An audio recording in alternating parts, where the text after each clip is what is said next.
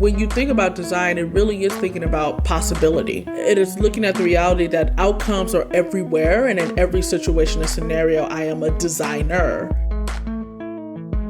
Hi, everyone. I'm Amy Devers, and this is Clever.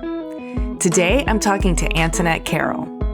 Antionette is the founder of Creative Reaction Lab, a nonprofit educating and deploying youth to challenge racial and health inequities impacting Black and Latinx populations. And within this role, Antionette has co-pioneered an award-winning form of creative problem-solving called equity-centered community design. And in doing so has received several recognitions and awards, including being named an ADL and Aspen Institute Civil Society Fellow, TED Fellow, South by Southwest Community Service Honoree, and Essence Magazine Woke 100, among many, many others. Additionally, she's the founding chair of the Diversity and Inclusion Task Force of AIGA, the co-founder of the Design Plus Diversity Conference, and an active member of Adobe's Design Circle. She's also a Taurus, the mother of twins, a fan of Mexican food, and a proud granddaughter. Here's Antionette.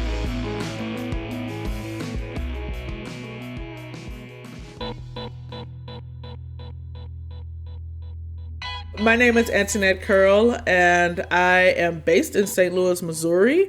I was born here, and so I've yet to leave. I am the founder, president, and CEO of a nonprofit called Creative Reaction Lab. Our mission is to essentially build the new racial and health equity leaders of tomorrow, today. We do this through a process I co-pioneered called equity-centered community design. And also we're building a movement of these young leaders, as well as individuals that are more experienced, is how I like to put it, called Redesigners for Justice, and being very conscious of the reality that we need to be more than change makers. We need to be more than designers. We need to be very conscious of the history that we're navigating, especially in the context of the United States, and especially as it relates to race and ethnicity. Not just sit in this place of awareness, but also bringing in design mindset. What are we going to do about it? How do we actually iterate, make, improve on interventions, be embedded in the community we're working to change, and center our living expertise, and if we don't have the living expertise related to the issue, using our power and access on behalf of the folks that do. And so Creative Reaction Lab is my full-time job. I have 2 other businesses that I founded and I'm currently leading. I have another business I co-founded that I'm no longer involved in. And ultimately, I don't sleep. Damn.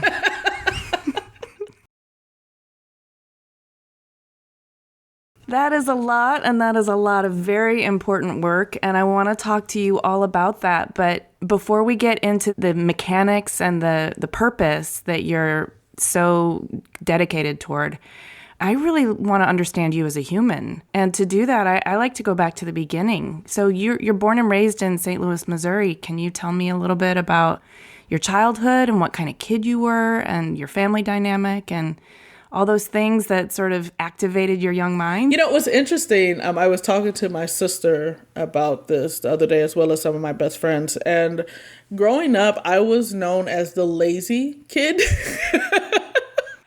That is a surprise to me. But you know what? My family has a little bit of bias, which we laugh about a lot now. But because they define laziness as cleaning the household.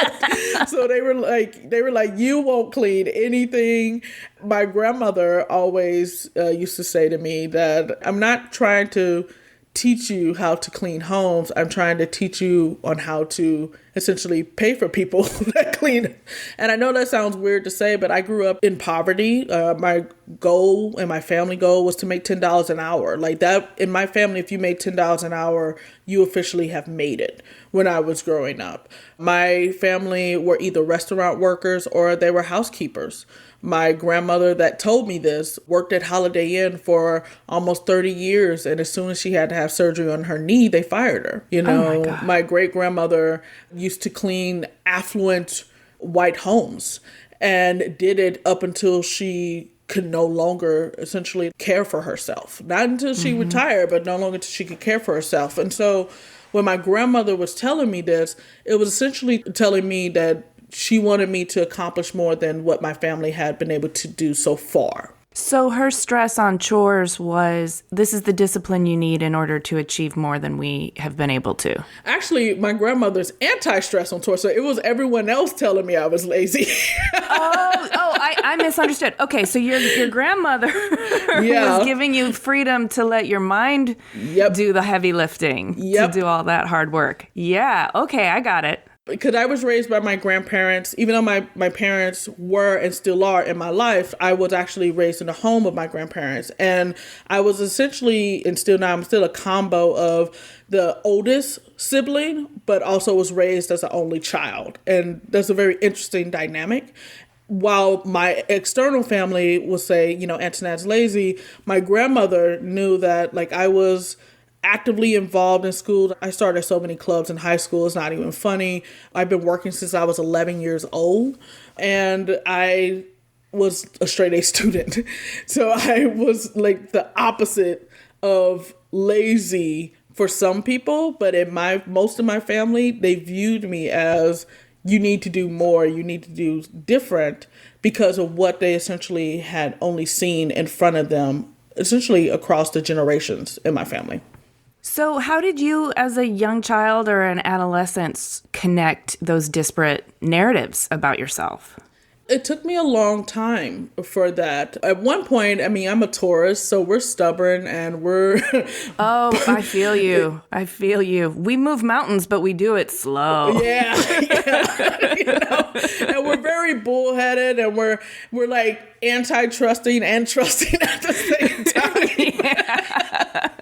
And, lo and behold, I ended up marrying a Taurus, so that's very interesting as well. But, being a Taurus, I got to a certain point where I learned to hide how their opinion affected me for a very long time. And I remember being at a scholarship interview in my senior year of high school, and they had asked me about my family support, and I actually started crying. Oh, honey. And which was interesting because I view my family as very supportive, mainly, again, my grandma. My grandma is my world. Like, she is the pinnacle of woman for me. But it was hard when I felt like I was doing a lot, and yet it still seemed like I wasn't doing enough. I will say even now, and that might be why I'm such a workaholic, why I do so much, is that I still am kind of grappling with this, am I doing enough? And and we may get to a little later when I might talk about my brother and losing him a few years ago. But every time like hard moments happen, I always question like, why didn't I do more? And am I actually being effective? I won't say I probably in a healthy way learned to deal with it. I just learned to navigate it and understand that what I am doing actually has a reason and a purpose. And when my sons tell me they believe in what I'm doing, then it starts to break down or chip that down a little bit more on maybe I am doing what I'm doing and I am doing enough. I mean, it sounds like you've always shown leadership capacity, but it wasn't always acknowledged or recognized by all aspects of your family. And so you, in an effort to try and be everything that everybody was expecting of you, really feel like you needed to do more all the time.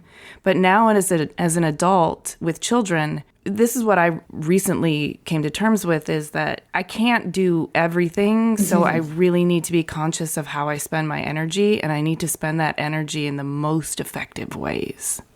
Oh, absolutely. I'm in a fellowship program with the Aspen Institute and Anti-Defamation League. I was accepted in their inaugural cohort, and their trainings is essentially around like literature-based leadership. Like you read different stories or articles or listen to different audio recordings, some videos, and really start to reflect on your leadership journey.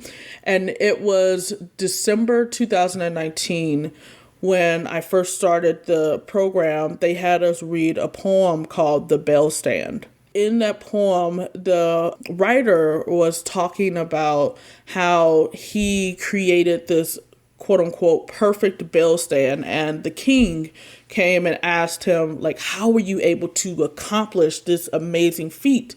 And he said that I essentially learned to push everything out that wasn't the bell stand. And when I was reading that poem, it made me realize that the bell stand was representative of what is our purpose and what is our why. And it was in December 2019 that I really started to look at all of the things I was doing and really questioning, should I remain involved? Because while I may enjoy it, or I may have originally was in this space, but it mattered to me, was it actually my purpose? Or was it more of people thrusted me into this leadership role, or I may have kind of organically went into the leadership role, but it wasn't actually working towards what I was looking to accomplish in my life. That was a pivotal moment for me. For some folks that may know me in the design space, that was the month that I actually resigned from AIGA. That was also the beginning time frame in which I started to think about removing myself from one of the businesses that I co-founded called Design Plus Diversity, and in which I'm no longer involved. It wasn't through this negative mindset. It was really a refinement of thinking through, like, why me and why this? It was really crucial and key for me on my journey. That is so interesting, because I think it also involves an incredible amount of self-awareness and a very clear understanding of what your purpose is and how your energy can be concentrated and more impactful if you don't, I guess, spread it as thinly as you were before, even though many of those things are worthy and could be helped by your energy. You actually now are the steward of the power of your energy. And if you funnel it and concentrate it like a laser beam, you know you can do so much more with it. Yeah, I would also add, it was prior to this, but I think I started to call it out more explicitly after that. I started to also think about the reality of me being a Black woman in the United States. How many times what we provide in spaces, we typically are not paid and or valued at the rate of others. And I also started to reflect on all of the numerous requests that I received to do things. And I tend to be a yes person because my brain goes to, how can I help? And particularly it also goes to, how do I challenge the status quo? And if you're helping me do that, let's go for it. Right. But I had to also start to value my own time. It was like I was telling people, you know, you need to value what I'm bringing and value me, but I don't think I had spent the time to really think about, how do you value yourself? And how do you tell people to be working towards liberation if you haven't spent the time to really define or reflect on what does liberation mean for you? Man, can you elaborate on that? How did you define liberation for yourself? I think it's a continual definition. It is definitely where I am not only just looking at this idea of freedom, of choice, which a lot of times people just say liberation is freedom. But for me, it's also thinking about the reality of my history, the lack of knowledge and consciousness of my history, also being free from these stigmatizations and generalizations of me as a Black woman, because I have an intersectionality of two quote unquote minority identities. I don't like the term minority or targeted identities. I don't like that term either. But, you know, being Black and being a woman, there's essentially very limited pathways of quote unquote power when you look at most of the time people equate power traditionally or centered power to white men. I am a woman and I am Black, so I don't have that alignment. Now, there are other areas that I have privileged alignment, such as being a Christian woman. The United States, whether we want to explicitly say it or not, we are very much centering of Christianity and don't really value as many religions as we should. Even though there's many religions, there's Sikhism, there's, you know, Buddhism, there's so many, and there's spirituality, you know, and yet even the holidays that we celebrate are quote unquote Christian holidays, right?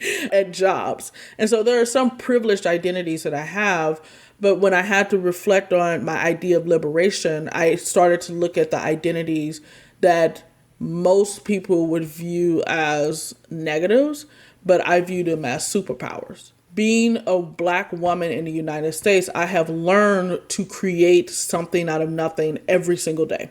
And if you look at the design profession, like the traditional design profession, design is about creating something out of nothing everywhere. Right. Right. Well, and imagining something that could be and then reverse engineering it so that you can create a plot for execution. When you think about design, it really is thinking about possibility. It is thinking about, and the way that I define design is the intent and unintentional impact behind an outcome. It is looking at the reality that outcomes are everywhere, and in every situation and scenario, I am a designer. Even as a mom, I am designing outcomes for my children. As a wife, I'm designing outcomes for my husband. As a CEO, I'm designing outcomes for my staff. And also just as a human being, I'm designing outcomes for myself and folks that see themselves aligning with some of my identities. And I understand the responsibility that I have with that. And that to me has been part of my liberatory journey of really reflecting on who I am and also who I honestly possibly want to become in the future. Who do you want to become? More of you? More of what I me. hear is a pretty amazing person. So I'm interested in just if you're designing outcomes for yourself, I understand that greater impact is important. Affecting change is important.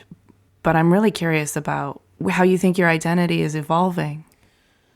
I think my consciousness of my identities are evolving. There's so much that we don't know about ourselves, about our culture, our history. Like, I don't know my ancestors. I have no idea. Like, when folks can say, well, my family did this blank generations ago, I can only tell you maybe 2 generations of my family. That is it. And there's a struggle there. And when I think it's funny when you ask, like, who do I want to become? When most people ask me what's my theme song for my life, I always bring up Queen Bee, of course. But Beyonce's I Was Here is the song that I tend to align with because it talks about making a footprint, in a sense, leaving a legacy while you are here. And when I think about legacy, it's not through this like egocentric, oh, I want to be known, put my name on all the buildings. That's not what I'm saying. Actually, there's a few parts for me. When I think about my ancestors I don't know, I sometimes sit and wonder if they are looking at us. And for us that don't know our ancestors, are they sitting there disappointed in the fact that we don't even remember them? That we don't know what they did for us to get to where we are? And then also, when I lost my 14-year-old brother to gun violence in 2018, I had to look at the fact that he wasn't able to leave a legacy beyond the memories that the immediate family had of him. And how many Black people of color, like anyone, how many people have lost, like their legacies, their memories are lost over time? And also that deepened connection is lost over time. And so when I think about legacy, it is not to put my name somewhere. It's looking at this reality that I will be an ancestor one day, that I am a part of history right now, just as being a human. You know, I was talking to another artist about this, and the analogy that came to me as she was saying, and it's coming to me again now, is it's about sort of strengthening the fibers of connection back through your ancestry, but also keeping them strong forward as you become an ancestor in terms of legacy. And strengthening those fibers also strengthens the weave. Mm-hmm. And the weave is community, is society. That is powerful. And with all of this injustice and lives cut short, displacement, and it frays the weave. I'm resonating with what you're saying about wanting to leave legacy. And, you know, legacy does have kind of an egocentric, if you're looking at it through the lens of like white male power, it can have an egocentric tinge to it. But the other thing that I've noticed in this podcast is we started asking men and women how they feel about legacy, and women hadn't really formulated their opinions on it for the most part because it's socialized out of them. Mm-hmm. but men think about it all the time. Oh, absolutely. And I think that's one of the sort of frontiers of female power, is really claiming what our legacy can be in the way you just framed it. I think it's just that. I think it's strengthening the fibers and strengthening the weave. Absolutely. And, it's even when you think about men, especially the way we are socialized, unfortunately, even down to them creating children, and particularly men, that has been passed through generations, like continuing the last name. Like, my father was extremely disappointed when I changed my last name. He was like, why did you do this to me? And because I was essentially, like, I'm in a sense his only child, it's kind of like he lost that legacy for him because of the removal of that last name. And let me be clear, my last name used to be Dickens, and I don't even want to talk about, you talk about childhood. I don't even want to talk about, I had some horrid ones, as you can imagine, with children. And I also had some very silly ones where I had teachers like, are you related to Charles Dickens? And I'm like, yep, I surely am. Like, what kind of question is that? It's like, even when I think of Black communities, I was making a joke with one of my friends that in the past, you would grow up and you would always see a picture of Martin Luther King or Malcolm X in someone's home. Like, literally have them framed up on the wall as if they were family. Now I would argue that is showing up a lot for President Barack Obama, to the point where I have an Obama picture on my wall. It was a gift. Don't get me wrong, I love President Barack Obama, even though I'm more of a Michelle girl. I love them both. I love the whole package. I love them both. But Michelle is like queen, Yes. But like, I was at my friend's grandmother's house and she had a picture of him in a picture frame with the family photos as if he was a cousin. And I think it's to the point of, like, these are the public images we have of legacy, because we've had so many in our history, like, erased.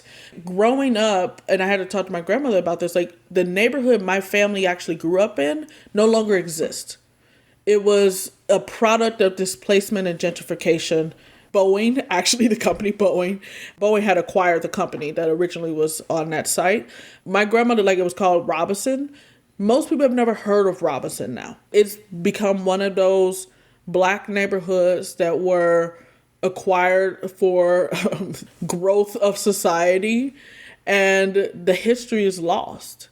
And then my grandfather grew up in Kinloch, which was one of the first all-Black communities in St. Louis and partly also in Missouri.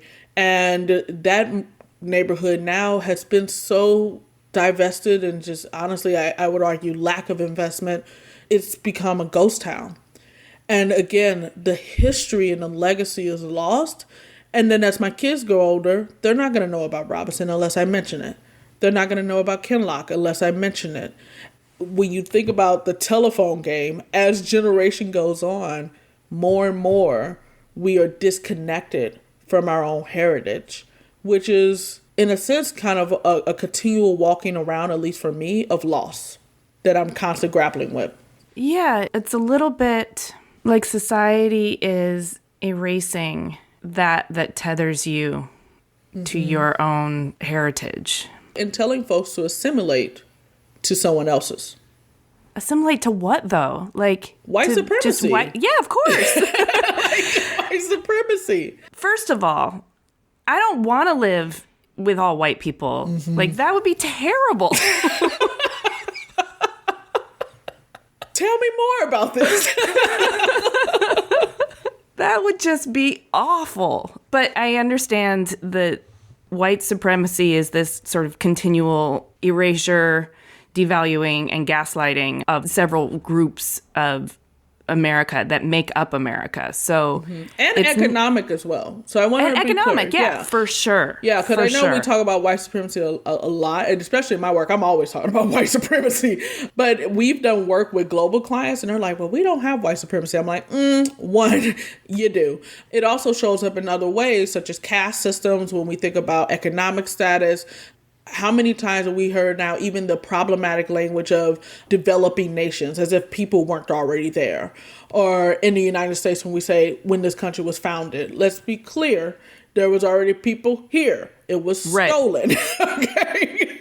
And so even the language we use is showing the erasure and devaluing of communities. And we are being told that we need to adhere to whiteness and adhere to affluent natures, even to the point where most of our aspirations are tied to financial stability or white privilege, when it should be tied to our own heritage and culture and like our own traditions. But most of us don't even know what those traditions are.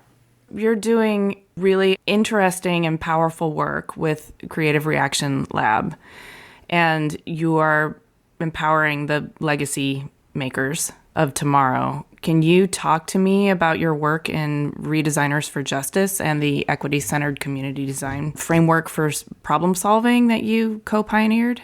And let's be clear, most people call me the pioneer. The reason I very intentionally say co-pioneer is because it was actually me and a group of students that created that framework. But because my name was more known, which is typically what happens in most spaces, we like to focus on the singular person and not pay attention to the other folks. Like Eve was an individual that supported that. Amy was a person that supported that. Abby was a person that supported that. So it was a few of us that created it, but most people tend to put me as the forefront of it. And when I'll first start with equity-centered community design is a new form of creative problem solving that essentially merges the great things about the design framework, which is around action and testing and learning, and honestly, the implementation component, to the great things in the equity movement, which is around consciousness raising, cultural healing, and centering living expertise and tying those together. And so when we think about equity-centered community design, we are looking at the reality that no matter what part of the problem-solving process you're on, whether it's you building your team or you developing evaluation metrics or you're funding it, you need to think about history and healing. You also need to be very conscious of the power dynamics that are across every single step of the process. Like, power is always there. And for some reason, we never talk about it. Like, we just pretend it's an invisible thing that doesn't affect us in this bubble. But power, and I would argue sometimes white supremacy, is the bubble that we are trying to navigate. We are very conscious that both of those things, history, healing, and power constructs, are embedded throughout the entire process. But then also, how do we invite diverse co-creators? How do we make sure that we are building our humility to actually become empathetic, opposed to thinking empathy is enough? And it amazes me when people talk about empathy and don't really understand that reflection and calling out of themselves is a part of actually empathy building, being conscious of their biases. Also, iterating, making, improving our inventions, prototyping, refining and understanding the topic. Like, it's creative problem solving, but having that social justice and equity lens, being conscious that equity is something we've never actually accomplished in our lives. Like, we've never had it in the history of humankind, I would argue, at least from my knowledge. Let me not say that. From my knowledge, we've never had it. We may have had it in our different tribes that have been erased over time, but we don't have it now. I'm just going to say that now. And equity for folks that are like, well, what does equity mean? It is when outcomes are not predictable based on someone's identity. So when we talk about racial equity, outcomes are not predictable based on my race. When we talk about gender equity, outcomes are not predictable based on my gender. And of course, there's the intersectionality of that. Like, if I am a Black trans woman, there's a lot of things that I need to be navigating and hoping that I don't become a data or a stat. Like, in St. Louis, there's an 18-year life expectancy gap between Black and white residents. That's a data point that we shouldn't have if we actually had an equitable, and I would argue, liberatory society. So equity-centered community design is giving people essentially a framework and tool to design towards equity while also evaluating our history and also our personal healing at the same time. I've heard you talk about the difference between equity and equality, and I think it's valuable to our listeners if you just spell that out really quickly here, if you don't mind. Absolutely. So equality is essentially sameness, whereas equity is fairness. And a way to think about it is that equality is providing equal access, whereas equity is providing equal outcomes. So most folks are speaking through the lens of equality. Let's go with the all lives matter versus the Black Lives Matter discussion, right? When people are saying, well, all lives should matter, that is them saying everything should be the same. But Black Lives Matter, most of the time specifically, is calling out the reality that we do not have equity due to our skin color. It's being also very conscious of content and context.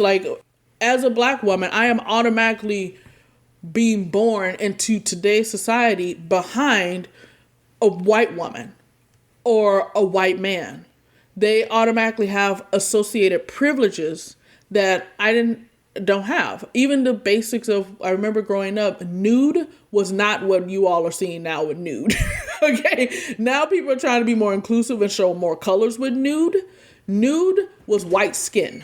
Right, nude pantyhose. I remember nude pantyhose. Nude and they're always this weird ass tan color. Weird. I don't know what skin they were looking at. It's not even really white people either, honestly, but it's definitely not brown and Black people. Definitely not brown and Black people, right? And, and this is across the board, even when we look at ability status, right? And I've been at places where there's only steps. My grandmother couldn't even get in if she wanted to. We would have to carry her. I think about equal access, meaning anybody can get this job or anybody can apply to this school and get in. But it's but not everybody had the opportunities to get their grades or get the kind of education that they would need to even apply to that school, or had the representation in their community that made them even think that would be an option for them. I might not even know what applying means. I may not even know that this is an opportunity for me. I remember the only reason I learned about Yale growing up was because I took the PSAT, I think it was, that's how long it's been. I think it was the PSAT, and apparently I had a good enough score where they sent me a postcard in my sophomore year of high school, hey, you may want to consider us. And I'm like, you are who? I don't know you. Who are you? Because that's again, both of my parents, neither one of them graduated from high school. I didn't have that knowledge of what could be. And so I had to navigate that world alone. And even when I think about the fact that I did get into college, that I did have full scholarships, what if I didn't have full scholarships? I couldn't have afforded to go there. I would be on the same similar path as most of my family members. And the education system, in my opinion, actually spoke to my learning style, because most education systems do not accommodate the different learning styles that we have in society. And not just around neurodiversity, because most people go to if they have ADHD or yes. And some people are visual learners, or kinesthetic learners. Exactly. So I also wanted to ask you, acknowledging that history and healing and power needs to be part of the framework for everything. Have you developed some language or techniques around addressing those things or bringing them out into the sort of transparency that they need to be? You mean the history and healing component? History and healing and power dynamics. Mm-hmm.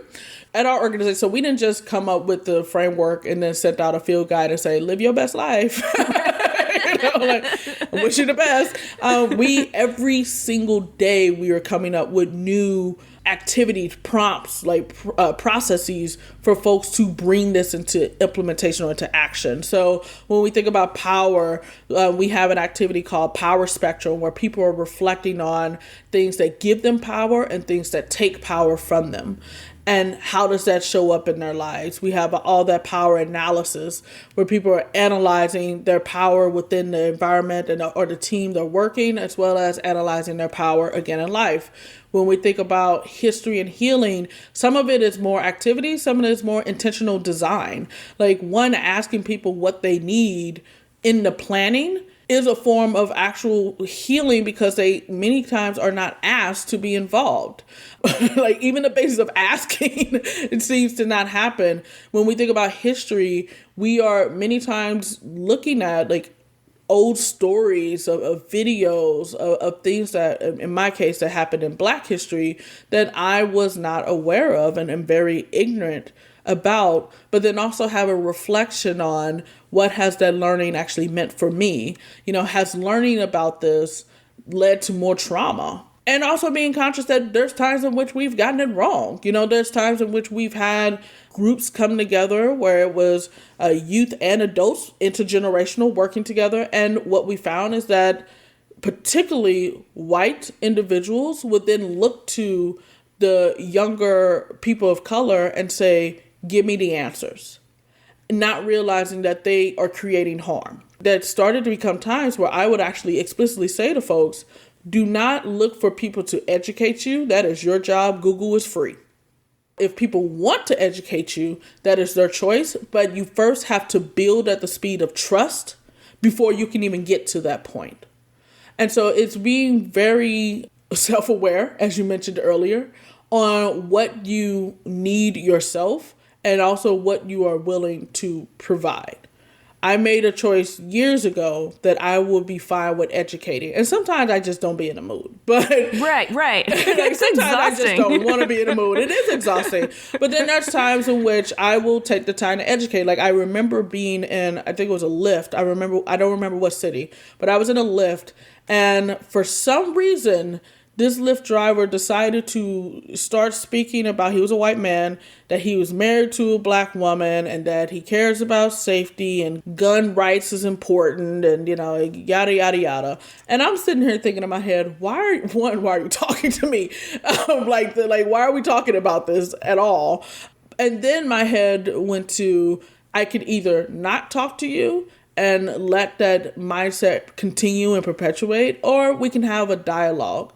And this was a hard moment for me because I had literally just lost my brother to gun violence. Oh. And so he's talking to me around the importance of gun rights. And I'm like, I just lost my brother to this. I think it was maybe a few months, a year after it. So it's still, because when you lose someone to a violent act like that, it never goes away. Instead of getting angry, I actually had a conversation with him. I talked to him about my brother. I asked him why was gun rights so important to him. That's when he talked about like protection and safety. And I'm like, well, what does safety mean for you? And we actually had a dialogue to, at the point when he dropped me off at the airport, we were able to shake hands, even hugs, and wish each other the best in each other's life. I'm glad that it played out like that you had a meaningful conversation. Do you feel like your spidey sense is attuned to whether those conversations are going to be productive, or you're just dealing with somebody who needs to offload some of their own shame and are going to be really resistant to having a dialogue? I tend to be a facilitator or a moderator. I ask questions and opposed to making assumptions. And sometimes even my questions, and this is just all parts of my life, personal, professional, sometimes my questions people assume are like me giving an answer, my thoughts on it when I ask a question. Like, for instance, my staff had to learn this. I would ask the staff members, what have you been working on? Because of the past traumas and experiences they had at other organizations, there was this underlying tone of, you're not doing what you're supposed to be doing. When in reality, I was asking, no, what have you been working on? I actually travel a lot, so I have no idea what you're working on. No, I've definitely had that feeling too, as somebody who asks questions where people are assuming they know what I'm getting at with the question, or that I have like an agenda I'm furthering, when I really just want to know the answer to the question. Exactly. And so I started at times even asking questions, and from my experience can assume that someone may interpret it in a different way, I may ask, like let them know, no, I'm seriously asking this question because I don't know. And so I'm very open to telling people I don't know. Or I'm very open of because I remember there was a woman also on another trip, Lyft drivers, but she was proceeding to tell me that Asian folks have, and this was a white woman, Asian folks have more health issues because they eat spicy foods or something like that. Oh, I'm sure she's the expert on Asian people. And I was like, tell me more. What, like, what You is this have resource? such patience. Oh yeah, I'm like, tell me more. What is this resource that you like have pulled that has How told did you this? learn this? Interesting. And I even tweeted about it, and people were like, "Are you freaking kidding me?" And I've learned, and like I said, I made choices years ago to be fine with educating, and so that for me is also being conscious of being okay with positive and negative consequences of things. That a negative consequence for me could be I'm tired or I'm exhausted. There might be moments where there may be some harm, like when that individual was talking about gun rights. There was a little bit of harm for me when they first started. But instead of coming in with this mindset of anger, I was like, no, I genuinely want to know. I don't live your life. You have your living expertise. You're the day-to-day expert of your life, just like I'm the day-to-day expert of mine. So let's talk about what our day-to-days look like and see if there's actually some similarities and also what the differences are. And that has helped me significantly. It's not to the point where I'm like, oh, these conversations has led to me like trusting them with my children. Like, that's not what I'm saying. But it's broken down barriers. Yeah, and I think genuine curiosity opens people up to being more willing to have that dialogue with you. It sort of helps them let their guard down a little. And don't get me wrong, there's been times where I've been upset, that I've been harmed, that I've actually cried about some things. That fellowship was powerful to me because civil society, they intentionally brought people together that are from different viewpoints. Like, I'm in the space where one of my cohort members or fellows, he actually was paralyzed due to a police officer shooting him in the back, a black man. Oh my God. Also in our cohort is a police chief. Oh, wow. And this is good. Yeah. And I remember the first session we had with each other, they genuinely was able to have conversations with one another. And to the point where whenever the young man that were paralyzed needed to be moved, the police chief would actually be the first one in line to help him and to support him. And vice versa. Yeah. And because too many times we're so focused on we're so different that we don't actually try to have conversations beyond that. Because to be honest, my husband and I are very different. We call each other yin and yang. Like if I say yes, he says no. If I say the sky is purple, he says no, it's red. Literally everything is opposite. I love Mexican food. He doesn't like Mexican food. He loves hamburgers. Well, he's wrong. Mexican food is good. Thank you. You know, he loves hamburgers. I don't like hamburgers. You know, like we are literally the polar opposite of one another. And yet we've been together this year. It'll be 17 years that we've been together. Oh, that's beautiful. Because it drives him nuts, but I sit there and I'm like, tell me more about this insight. Tell me more about this belief. It's been a great journey for me. So I'm really actually want to hear a little bit more about that. As parents, yin and yang, how do you both work together to encourage that equity mindset in your children as they're growing and probably being educated in systems that don't always align with your values? I am convinced that my children look at my husband and I and just go, oh, goodness gracious. Well, don't all kids? Like, that's just part of growing up. Exactly. I think they're just like, okay. We've learned to, at least for us, we will give them both perspectives. And I tend to tell them, these are our perspectives, but you are going to cultivate your own over time. Through your own experiences. I would rather you learn how to be inquisitive opposed to just taking things at face value. That to me is the biggest lesson, period, that I want to give my children. Like, don't get me wrong, I do have a foundational thing. Like, it might not be the best way I will say this, but again, I'm a Taurus, so we just kind of say things. But I've told my kids since they were toddlers, I told them you could be literally the dumbest person ever. The only thing that matters to me is if you're a good person. That is the only thing that matters to me. And I know that sounds weird, but again, growing up academically like I did, and even the spaces I'm in that put academic pedigree over lived experiences, I'm like, You can have all the money in the world. You could have all the smarts or, I would say intellectual support, because I think everyone's smart. Intellectual support. You can have all of those things. But if you're not a good person, none of that matters. Period.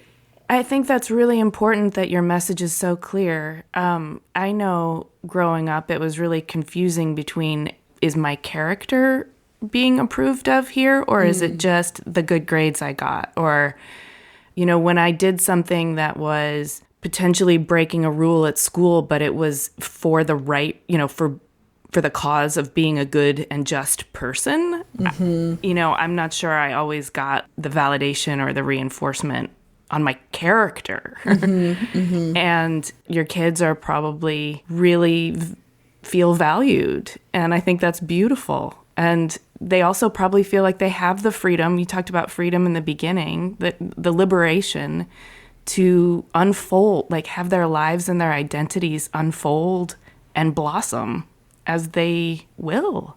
And that's all I want as a mom. Honestly, and I mentioned my grandmother at the beginning of this conversation, but I learned that from her. She allowed me a space of exploration. She allowed me to be me, to change majors, to not do something, to do something. She allowed me all of that. And I want to say that turned me into the person I am today. And it's hard, especially in the work that I do, when you have twin sons, or I would say when you just have children, but I have twin sons, so that's why I say it that way. I call all other kids singles. But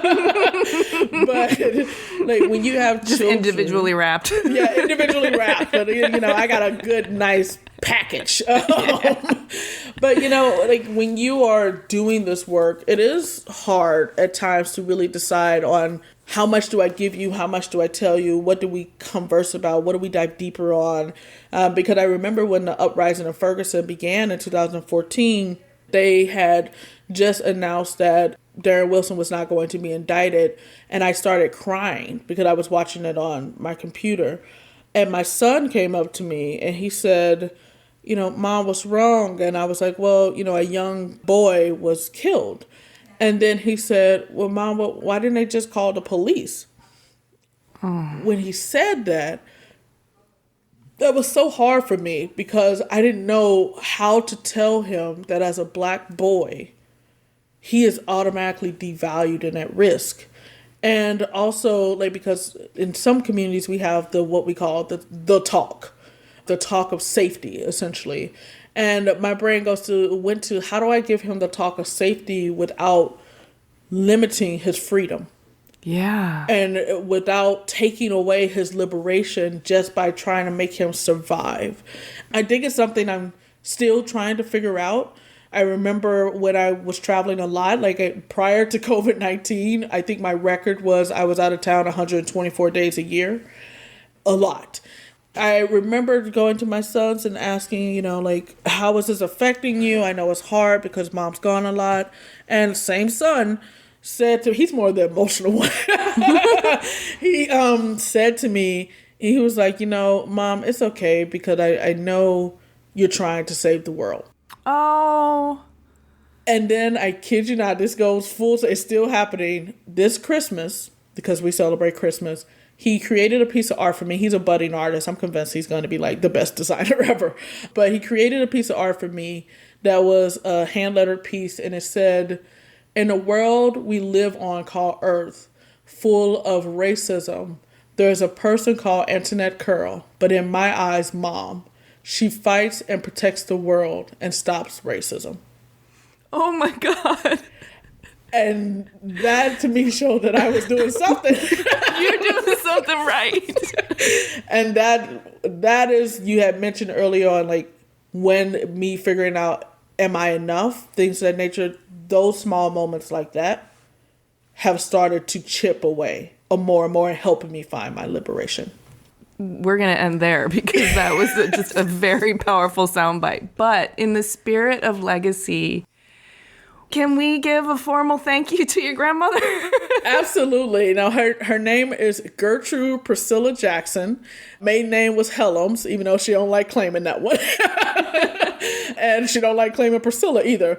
But she was and still is a powerhouse. We view her as the matriarch of our family. And unfortunately, she has survived a lot. My grandfather, that was her husband and also helped raise me, passed when I was 16 years old at the age of 55. Their son, my uncle, my only uncle on my grandmother's side, passed, I think it's now 6 or 7 years ago at the age of 44. And then her grandson passed due to gun violence 3 years ago. And so majority of the men in her life have passed. And yet she still finds the space to tell us that we are enough. She still finds the space to support our aspiration and dreams. Like we all like to say that she educated everyone in this family. And when I think of liberation for me, for some reason, it just goes to how do I be more like her? It's literally what it is, because out of all the things I've accomplished, I've been in magazines, I've won awards, all things that my grandmother didn't have. She wasn't in magazines, she wasn't in awards, she's not on podcasts, she's not doing any of those things. Obviously, generational difference, she wouldn't have been. Most people don't know her name. They don't know who she is. And yet, to me, she has accomplished more in her life than I have so far. And I'm just hopeful that I can get a piece of that in the time I have left in my life and in creating my legacy. I'm hopeful for that too. And I am honored and grateful for the time that you've given to this conversation, for everything that you've shared, and for the work that you're doing in the world. And so I just want to thank you so heartily. Thank you. Thank you for having me. This was a great conversation. You care about the people, and it's not about just the work. And I wish we had more of that in society. Hey, thanks for listening. For more information on Antionette and Creative Reaction Lab, read the show notes. Just click the link in the details of this episode on your podcast app, or go to cleverpodcast.com, where you can also sign up for our newsletter. Subscribe to Clever on Apple Podcasts, Spotify, or wherever you get your podcasts. And if you'd please do us a favor and rate and review, it really does help us out. We also love chatting with you on Twitter, Instagram, and Facebook. You can find us at Clever Podcast, and you can find me at Amy Devers. Clever is produced by 2VDE Media, with editing by Rich Straffolino, production assistance from Laura Jaramillo and Anushka Stefan, and music by L1011. Clever is proudly distributed by Design Milk.